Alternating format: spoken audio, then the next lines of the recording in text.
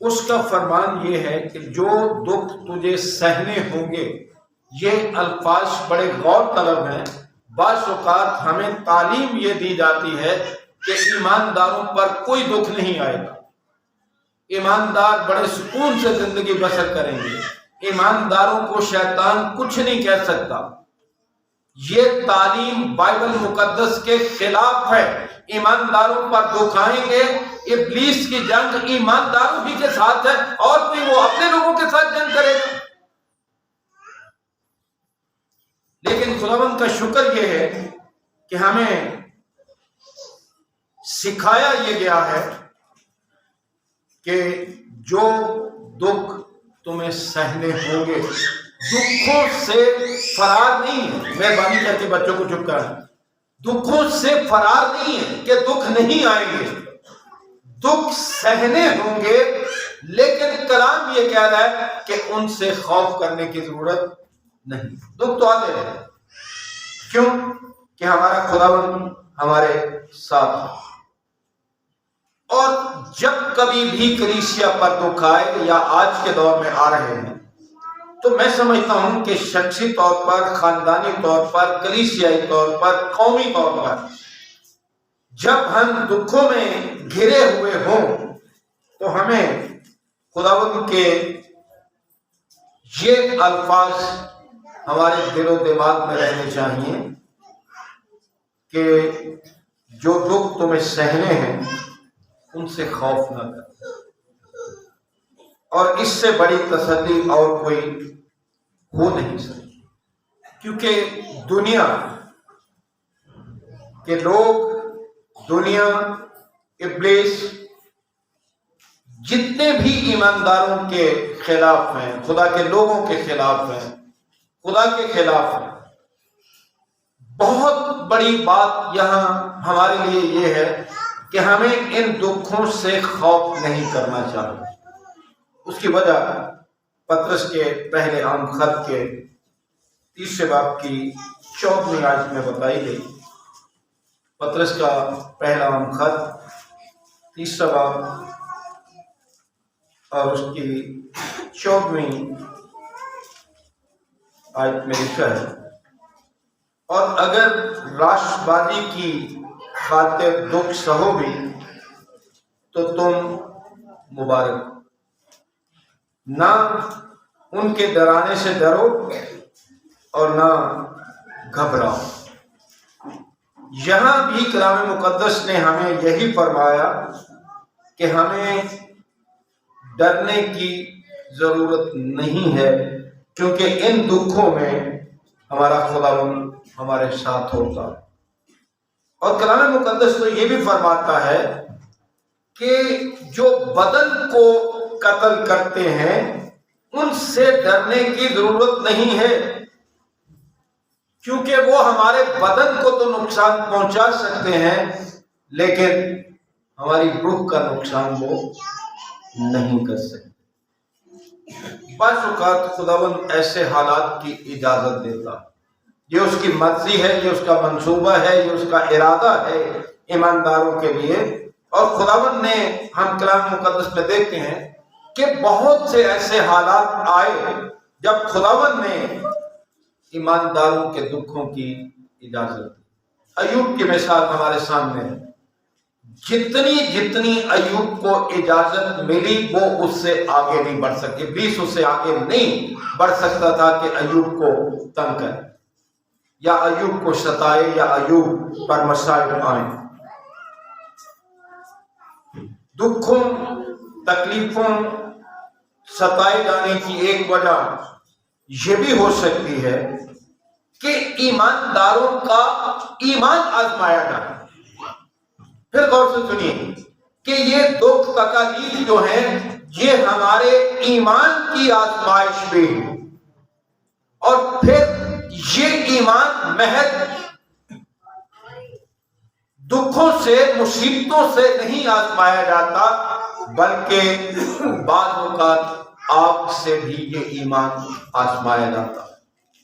صدرک، میشک اور عبدالنگو کی مثال ہمارے سامنے ہے، اور یہ ایمان جو خداوند نے ہمیں بخشا یہ فانی سونے سے بھی قیمتی۔ پطرس کا پہلا خط اس کے پہلے باب کی 7ویں آیت میں کلام مقدس یوں فرماتا ہے، اور یہ اس لیے ہے کہ تمہارا آزمایا ہوا ایمان جو آگ سے آزمائے ہوئے فانی سونے سے بھی بہت ہی بے قیمت ہے، یسوع مسیح کے ظہور کے وقت تعریف اور جلال اور عزت کا باعث ہے۔ تو یہ ایمان جسے آزمانے کی خدا اجازت دیتا ہے تاکہ ہم ایمان میں مضبوط ہوں، اور یہ ایمان فانی یعنی سونے سے بھی قیمتی۔ لیکن ان تمام مصائب میں، تمام دکھوں میں، تمام تکالیف میں، ایمان کے آزمائے جانے میں، آگ، قید، مصیبت کسی قسم کی بھی کیوں نہ ہو، ہمارا خداوند ہمارے ساتھ ہے۔ آج تک اس نے کبھی ایمانداروں کو نہ اکیلا چھوڑا ہے، نہ کبھی ان سے دستبردار ہوا ہے، اور نہ کبھی یہ اس کا وعدہ ہے۔ اسی لیے تو اس نے فرمایا تھا کہ جو دکھ تم پر آنے ہیں ان سے خوف نہ کرو۔ اور پھر کلام مقدس میں یہی لکھا ہے کہ 10 دن تک تم مصیبت اٹھاؤ۔ دراصل یہاں بھی ان الفاظ میں بھی ایک دلیری ہے کہ 10 دن کا مطلب یہ ہے کہ ہمارے دکھ، ہماری مصیبتیں، ہماری فکریں، ہماری پریشانیاں، ہمارا آزمایا جانا جو ہے یہ ایک محدود وقت تک ہے، یہ لامحدود نہیں ہے۔ اسے کلام مقدس نے 10 دن کے الفاظ سے ہم پر بیان کیا۔ مطلب یہ ہے کہ یہ محدود۔ کلیسیائی تاریخ اگر ہم پڑھیں تو اس میں 10 بڑی مصیبتیں آئیں، اور یہ 10 برس تک 10 بادشاہوں کے سبب سے آئیں۔ مختلف اس کے بارے میں تفاسیر کی جاتی ہیں۔ نیرو بادشاہ کے بارے اگر کسی نے سنا ہو تو وہاں سے شروع کر کے دیو کلیتان تک، نیرو بادشاہ سے دیو کلیتان تک یہ 10 جو تھے، آخری بادشاہ دیو کلیتان جو تھا اس نے قسم کھائی تھی کہ مسیحیت کا نام مٹا دے گا، اس کو اس دنیا سے نیست کر دے گا، نام و نشان مٹا کر رہے گا۔ اس نے قسم کھائی تھی۔ جب اس نے اپنے خیال کے مطابق ایسا کر لیا کہ میں نے مسیحیت کو ختم کر دیا ہے، مسیحیت کا نام و نشان مٹا دیا ہے، تو ایک ستون، بہت بڑا ستون نصب کروا دیا جس پر لکھا تھا کہ میں نے مسیحیت کو نیست و نابود کر کے یہ ستون نشان کے طور پر نصب کیا۔ یہ بے وقوف بادشاہ یہ نہیں جانتا تھا کہ جس کی یہ کلیسیا ہے، جس کے یہ لوگ ہیں، وہ الفا اومیگا، اول و آخر اور قادر مطلق خدا ہے۔ ایمانداروں کو، کلیسیا کو ستایا جا سکتا ہے، تنگ کیا جا سکتا ہے، ایذا دی جا سکتی ہے، لیکن یاد رکھیں کلیسیا کبھی مٹائی نہیں جا سکتی۔ یہ کوئی انسان کی جماعت نہیں ہے، یہ خداوند کے لوگوں پر مبنی کلیسیا۔ اسے ستایا جا سکتا ہے، تنگ کیا جا سکتا ہے، جلایا جا سکتا ہے، لیکن مٹایا نہیں جا سکتا۔ کیوں؟ آپ کو پتہ کیوں نہیں مٹایا جا سکتا؟ کہ اس کی بنیاد اس چٹان پر ہے جو مسیح ہے، جو ابدالآباد زندہ ہے، اور جس پر عالم ارواح کے دروازے کبھی غالب نہیں آ سکتے۔ اور اگر دیکھا جائے تو کلیسیا اس جھاڑی کی مانند ہے جو جل رہی ہے مگر بھسم نہیں، ختم نہیں ہو سکتی، مٹائی نہیں جا سکتی۔ دیکھ کے لیتان جس نے یہ دعویٰ کیا تھا کہ میں دنیا سے مسیحیت کا نام و نشان مٹا دوں گا، وہ خود کو ختم ہو گیا، لیکن کلیسیا آج تک قائم ہے۔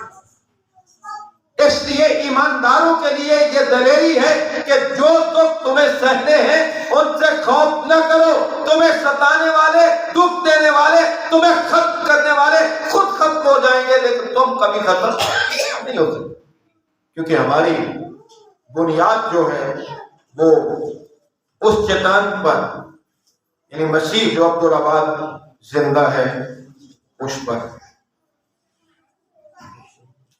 خداوند نے یہ فرمایا تھا کہ خوف نہ کر، میں اول و آخر۔ 17ویں آیت مکاشفہ کی کتاب کے پہلے باب کی 17ویں آیت میں لکھے، جب میں نے اسے دیکھا اس کے پاؤں میں مردہ سا گر پڑا، اور اس نے یہ کہہ کر مجھ پر اپنا داہنا ہاتھ رکھا کہ خوف نہ کر، میں اول و آخر، آخر تک تمہارے ساتھ ہوں، میں اول و آخر ہوں۔ متی رسول کی انجیل کے 28ویں باب کی 20ویں آیت میں بھی یہی دلیری ہمیں دی گئی۔ متی رسول کی معرفت ہمارے خداوند کی انجیل اس کا 28واں باب اور 20ویں آیت میں اس طرح سے خداوند کا پاک کلام ہمیں تسلی دیتا ہے جس طرح، اور یہی الفاظ ہمارے لیے حوصلہ افزائی کے الفاظ ہیں تمام ایمانداروں کے لیے، کہ جو کچھ بھی ہم پر گزرتا ہے وقتی ہے، اور ہمارا خداوند اس میں ہمیں کبھی چھوڑتا نہیں ہے۔ 20ویں آیت میں لکھے، اور ان کو یہ تعلیم دو کہ ان سب باتوں پر عمل کریں جن کا میں نے تم کو حکم دیا، اور دیکھو میں دنیا کے آخر تک ہمیشہ تمہارے۔ اس سے بڑا اور کیا بات؟ جن کے ساتھ خداوند ہے، اگر وہ بھی خوف زدہ ہو جائیں تو مجھے نہیں پتا کہ پھر خوف کیسے دور ہو سکتا ہے۔ یہ حوصلہ افزائی ہے ایمانداروں کے لیے کلام مقدس میں کہ میں تمہارے ساتھ ہوں، جو دکھ تمہیں سہنے ہیں ان سے خوف نہ کرو۔ تاریخ آپ کے سامنے ہے، کلیسیائی تاریخ بھی اور کلام مقدس بھی۔ انہیں شیروں کی مانگ میں ڈال دو، قید میں ڈال دو، آگ میں ڈال دو، ان کا خداوند کبھی انہیں اکیلا نہیں چھوڑتا۔ اور کیا حوصلہ افزائی ہمیں چاہیے۔ یوشع کی کتاب میں بھی خداوند نے یہی وعدہ کیا تھا۔ 43واں باب اور اس کی 2 آیت میں خداوند فرماتا ہے، یوشع بن آموس کی کتاب اس کا 43واں باب ہے اور اس کی 2 آیت میں لکھا ہے، جب تو سیلاب میں سے گزرے گا تو میں تیرے ساتھ ہوں، اور جب تو ندیوں کو عبور کرے گا تو وہ تجھے نہ ڈبائیں گے، جب تو آگ پر چلے گا تو تجھے آنچ نہ لگے گی اور شعلہ تجھے نہ جلائے۔ دیکھیں اپنے خداوند کے بعد صدرک، میشک اور عبدالنجو کو کیا شعلے جلا سکے؟ کیا خدا کی قوم کو وہ پانی ڈبو سکا جس نے فرعون کی فوجوں کو ڈبو دیا تھا؟ تو خداوند اپنے تمام وعدوں میں سچا اور برحق ہے۔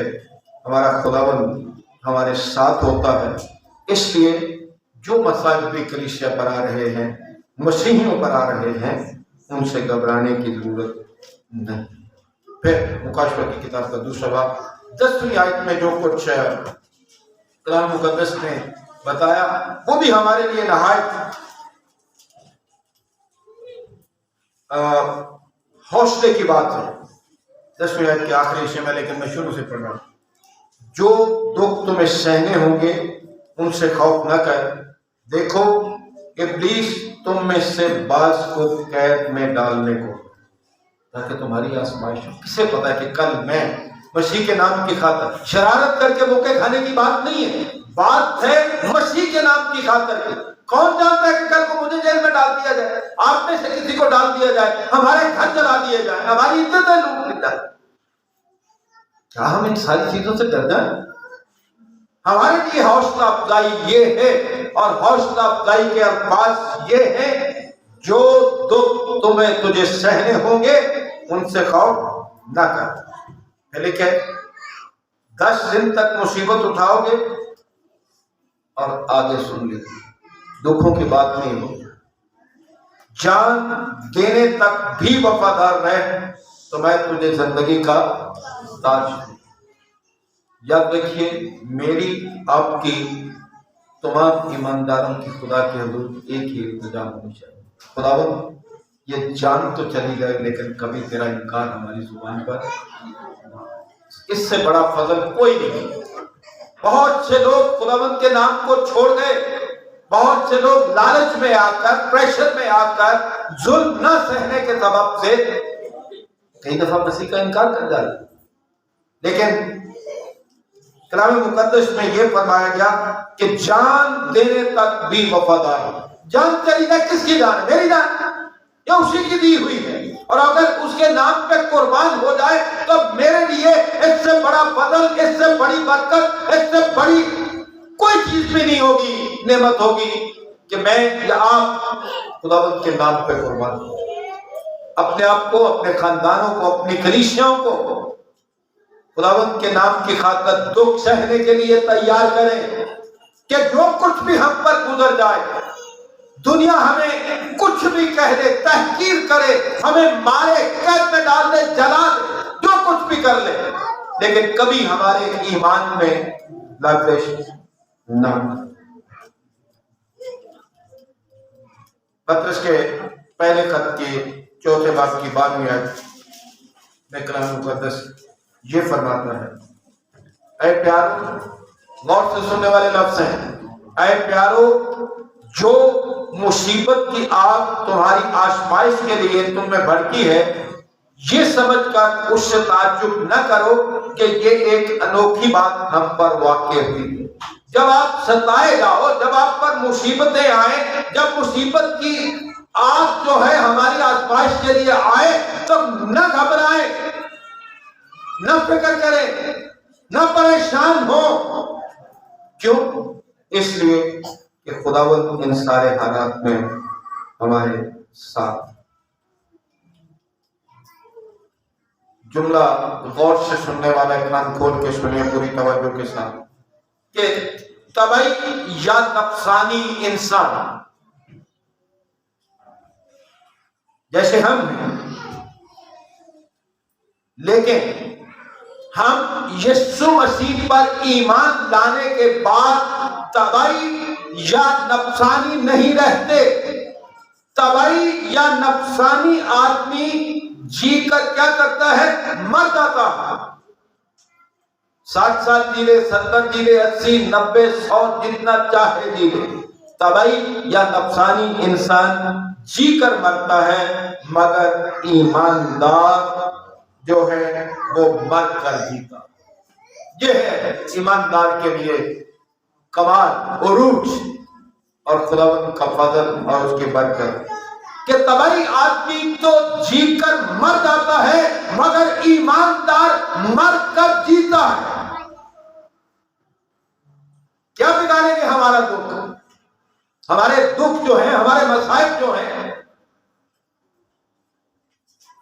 قتل کر دو، مار دو، جیلوں میں ڈال دو، آگ لگا دو، جب تک ہمارا خداوند ہمارے ساتھ ہے کسی بات کی فکر کی ضرورت نہیں. اور دنیاوی آدمی کے لیے موت کے بعد موت انتظار کر رہی. دوسری موت دنیاوی آدمی کے لیے اس دنیا سے مرنے کے بعد بھی ایک موت انتظار کر رہی ہے جسے کلام مقدس دوسری موت کہتا ہے. لیکن ایماندار جو خداوند یسوع مسیح پر ایمان لے آتا ہے اس کے لیے خداوند کی مبارک حضوری اور اس کے فرشتے اس کا انتظار کرتے. شمرنا کی کلیسیا جو تھی اس کے مسیحیوں کے لیے فرشتے منتظر ہیں. جتنے بھی ایماندار پوری دنیا میں دکھ سہ رہے ہیں ان سب کے لیے خداوند کے فرشتے منتظر ہیں تاکہ فاتح مسیح کی رسم تاج پوشی کی جائے. جلال، یہ ہے ایمانداروں کے لیے برکت، اور ان کے لیے ایک اور اجر بھی ہے، یعنی موت پر غلبہ اور ابدی موت پر فتح۔ عزیز بھائی اور عزیز بہن، آج دنیا میں جدھر بھی آپ نظر کریں، ایمانداروں کو مختلف طرح سے ستایا جا رہا ہے، مختلف طرح سے تنگ کیا جا رہا ہے، اور یہ ایسا ہوتا رہے گا جب تک کہ خداوند دوبارہ نہیں آ جائے۔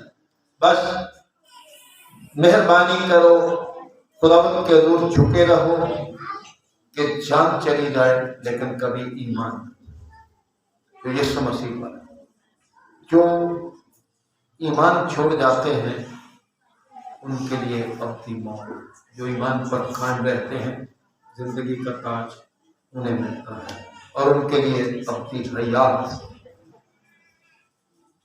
آج خداوند سے دعا کہ خداوند ہمیں شخصی طور پر، خاندانی طور پر اور کلیسیائی طور پر یہ فضل بخشے کہ ہم تیرے لیے دکھ سہنا خوشی سمجھے، برکت سمجھے، اور جب ہم دکھوں میں ہوں، مصائب میں ہوں مسیح کی خاطر، تو اس سے اس کا فضل مانگ، اور یہ اس کا فضل ہی بچا سکتا، ورنہ تو ہم میں کوئی ایسی خوبی نہیں ہے جس سے کہ ہم دکھوں میں قائم رہ سکیں۔ اگر ایوب کو خدا اپنا فضل نہ دیتا تو وہ قائم نہیں رہ سکتا تھا۔ اگر صدرک، میشک، عبدالنجو، یوسف، دانیل ہے، کوئی بھی ایماندار نہیں شاگرد تھے، اگر خدا فضل نہ دے تو پھر کوئی بھی ایمان میں قائم نہیں، اور ایمان میں قائم خدا کا فضل ہی مدد کرتا ہے، ورنہ تو ہمارا کیا؟ ایک عورت کی خاطر یا ایک لڑکے کی خاطر مذہب بدل جاتے ہیں۔ یہ شادیاں جب غیر مذہب میں کرتے ہو تو یہی کرتے ہو نا، یہ ہے ہمارا مسیحی ہونا، لعنت ہے ایسے مسیحی ہونے پر۔ جب ہم ڈرتے ہیں کہ ہمارا جسم قتل کر دیا جائے گا، کلام مقدس کہتا ہے ان سے ڈرو جو اس سے ڈرو جو روح اور بدن دونوں کو قتل کر سکتا، ان سے نہ ڈرو جو تمہارے بدن کو قتل کر سکتے ہیں یا فنا کر سکتے ہیں۔ اپنے لیے، اپنے خاندان اور اپنے کلیسیا کے لیے خداوند سے فضل مانگیں کہ وہ ہر طرح کے دکھ کچھ بھی ہم پر گزر جائے، ہم خداوند میں قائم اور مضبوط ہیں۔ خداوند ہم سب کو ایسا کرنے کا فضل بخشے، اور یہ خداوند کے یہ الفاظ جو حوصلہ افزائی کے الفاظ ہمیشہ ہمارے کانوں میں گونجتے رہیں اور ہمارے دل پر نقش رہیں۔ خداوند ہم سب کو برکت دے۔ خداوند مسیح یسوع میں ہمارے رحیم باپ، ہم تیرا شکر، تیری تعریف کرتے ہیں تیرے پاک کلام کے لیے جو اب تک قائم ہے، جو تو نے اپنے نبیوں، رسولوں اور مقدسین کی معرفت ہم تک پہنچایا اور آج تک قائم ہے۔ بخشے کی ہمارے دلوں میں نہ رہے۔ آج ہمیں دلیل عطا کر کہ جس قسم کی حالت بھی ہماری، کسی قسم کے حالات میں بھی ہم تجھ سے جدا نہ، جیسا تیرے بندے پولس رسول کی معرفت فرمائے، کون ہم کو مسیح کی محبت سے جدا کر سکتا ہے؟ بخشے خداوند کہ ہم بھی دلیری سے یہ کہہ سکیں کہ مجھے مسیح کی محبت سے کوئی جدا نہیں کر سکتا، نہ دکھ، نہ تکلیف، نہ ننگا پن، نہ تلوار، نہ حال، نہ استقبال کی چیزیں، نہ فرشتے، نہ حکم۔ توفیق عطا کر کہ ہم شخصی، خاندانی اور کلیسیائی طور پر ایمان میں ایسے مضبوط ہوں کہ جان دینے کا توفیق ہے۔ ہماری تمام کمزوریاں معاف کر اور اپنا فضل بخش دے تاکہ ہم ایمان میں قائم اور مضبوط رہ کر اس دنیا میں یسوع مسیح کا انتظار کرتے ہیں، کیونکہ ہمارے یہ دکھ اور ہمارے یہ مصیبتوں کے دن گنے چنے، ایک وقت آئے گا جب یہ ختم ہو جائیں گے اور ہم خداوند یسوع مسیح کے ساتھ عبادت کے بقیہ حصے میں ہماری مدد کر اور بخش دے کہ ہم ایمان کی تقویت مسیح یسوع کے نام سے مانگتے ہیں۔